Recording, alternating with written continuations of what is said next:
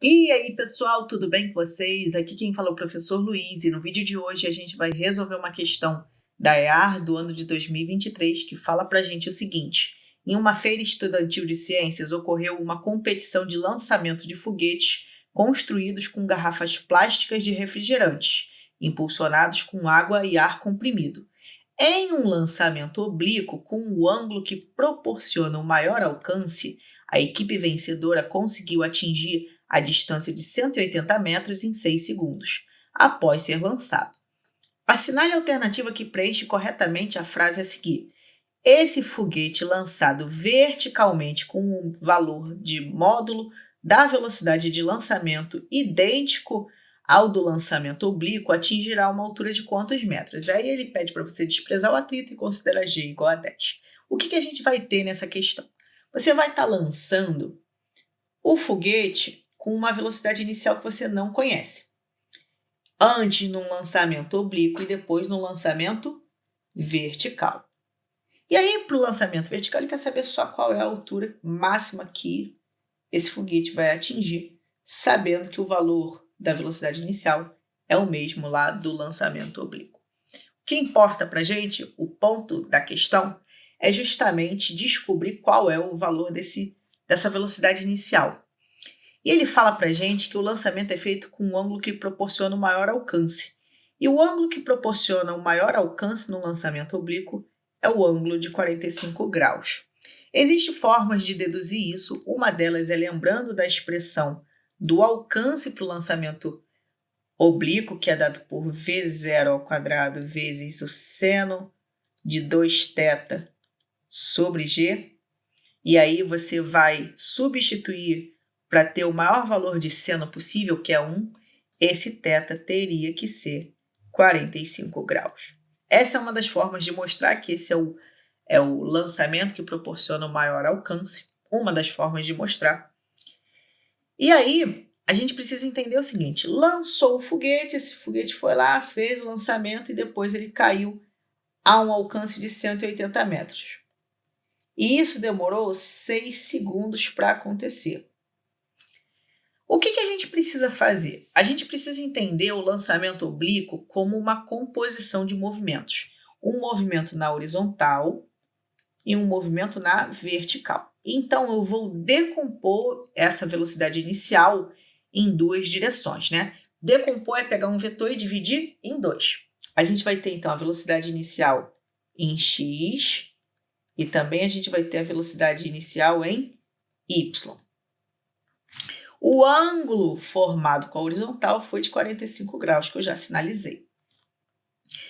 E você precisa lembrar também que quando você pega essas componentes e se você resolver somar elas de novo, você tem que encontrar o vetor que deu a origem a elas, né? Estou te dizendo, então, que se você somar vetorialmente V0x com V0y, você tem que encontrar V0. De forma o seguinte, como que eu faço para somar V0x e V0y? A gente vai usar a regra do polígono, ó. V0x e V0y. A regra do polígono fala para a gente o seguinte, ó, você vai pegar um vetor e na ponta desse primeiro vetor você vai botar outro vetor. Então, peguei o V0x, coloquei aqui, V0y coloquei na ponta dele, e o vetor resultante ele sai do começo do primeiro vetor e vai até a ponta do último. De forma que aqui a gente tem um ângulo de 45 graus. Olha só, gente, se você observar essa figura bem, isso aqui é um triângulo. Essa velocidade horizontal e a vertical fazem um ângulo de 90 graus entre si. Se aqui é 45, aqui também vai ser 45. Então, você tem um triângulo isósceles.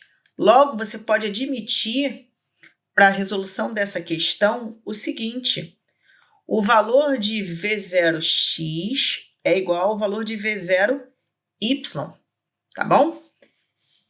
E digo mais, se você percebeu isso, você percebe que dá para formar um quadradinho aqui, né? Não está bem um quadradinho, mas dá para formar. E o vetor da velocidade inicial é a diagonal desse quadrado, beleza? E aí você pode lembrar da fórmula da diagonal do quadrado e achar o V0. Mas para isso tudo acontecer, você precisa encontrar o V0x. O V0x, né, ele é o vetor da velocidade na horizontal, e na horizontal não tem aceleração, então é um movimento retilíneo uniforme. Você pode encontrar esse valor da velocidade na horizontal através da expressão da velocidade média. Você vai ter que V0x vai ser o ΔS em x sobre o ΔT. Substituir esses valores. O valor do ΔS em x, né, o quanto que ele percorreu em x, foi 180 metros, e o tempo foi de 6 segundos. 180 por 6 vai dar 30 metros por segundo. A gente descobriu isso. Agora a gente consegue descobrir V0y e, consequentemente, V0. O V0y é igual ao V0x, então ele também vale 30 metros por segundo. Você pode utilizar a relação da fórmula da diagonal do quadrado, mas para quem não lembra, você pode utilizar também a relação de seno de 45. O seno de 45 vai ser o cateto oposto, que é V0y, sobre a hipotenusa, que é V0. E agora substituir os valores, né? Você vai ter que o seno de 45 é raiz de 2 sobre 2, V0y é 30, e V0 você precisa descobrir. A gente vai fazer o quê? Ó? Multiplicar isso aqui, cruzadinho, e assim a gente vai ter V0 vezes raiz de 2 é igual a 60. Eu vou pegar essa raiz de 2 que está multiplicando, passar para o outro lado dividindo. Então, a gente vai encontrar que V0, a velocidade inicial, vai ser 60 divididos por raiz de 2 metros por segundo. Luiz, a gente não vai racionalizar, não? Não, a gente não vai, porque isso economiza um pouquinho de tempo para a gente. Agora que a gente descobriu o valor da velocidade de lançamento, tanto no oblíquo quanto no vertical, a gente consegue descobrir a altura que esse foguete atinge se ele fosse lançado verticalmente para cima.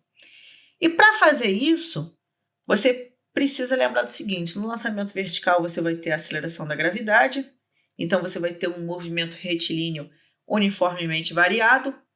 E como a gente não precisa do tempo, né, para encontrar essa altura, ele não deu para a gente pode calcular a altura alcançada pela equação de Torricelli, dada por v ao quadrado igual a v0 ao quadrado mais 2 vezes a vezes ΔS. Pelo fato da gravidade, né, da aceleração da gravidade estar contra o movimento, a gente vai admitir que a velocidade inicial vai ser positiva, só que a aceleração vai ser negativa. Então, ela vai ser menos 10 metros por segundo. Beleza? Vamos substituir os valores. Quando esse corpo está subindo, lá na altura máxima, a velocidade final é 0. Então, a gente vai ter o seguinte, ó, a velocidade final é 0, a velocidade inicial a gente calculou, vale 60 sobre raiz de 2 ao quadrado, mais 2 vezes a aceleração vale menos 10, vezes o deslocamento, que é o que a gente quer descobrir. Vamos lá, gente. Ó, a gente vai repetir o 0. A gente vai ter, então, ó, 60 ao quadrado vai ser 60 vezes 60. E o raiz de 2 com ao quadrado corta a raiz com o 2. Então, vai ficar aqui embaixo 2. 2 vezes menos 10 vai dar menos 20 vezes ΔS. Menos 20 ΔS passa para o outro lado somando. Então, a gente vai ter 20 vezes ΔS. E isso vai ser igual a 60 vezes 60, vai ser 3.600 divididos por 2. Fazer essa divisão de 3.600 por 2 resulta para a gente em 1.800. E a gente vai ter o seguinte, ó. Vou pegar esse 20 que está multiplicando e passar para o outro lado dividindo. Dessa forma, a gente vai encontrar a altura máxima representada por ΔS. A gente vai ter 1.800 divididos por 20. Você pode cortar um zerinho de cima com um zerinho de baixo, 180 por 2 vai resultar para a gente em 90 metros. E assim, o gabarito que a gente procura vai ser justamente o da letra C de casinha. E a gente vai ficando por aqui. Desejo uma ótima semana, bons estudos e até a próxima. Tchau, tchau!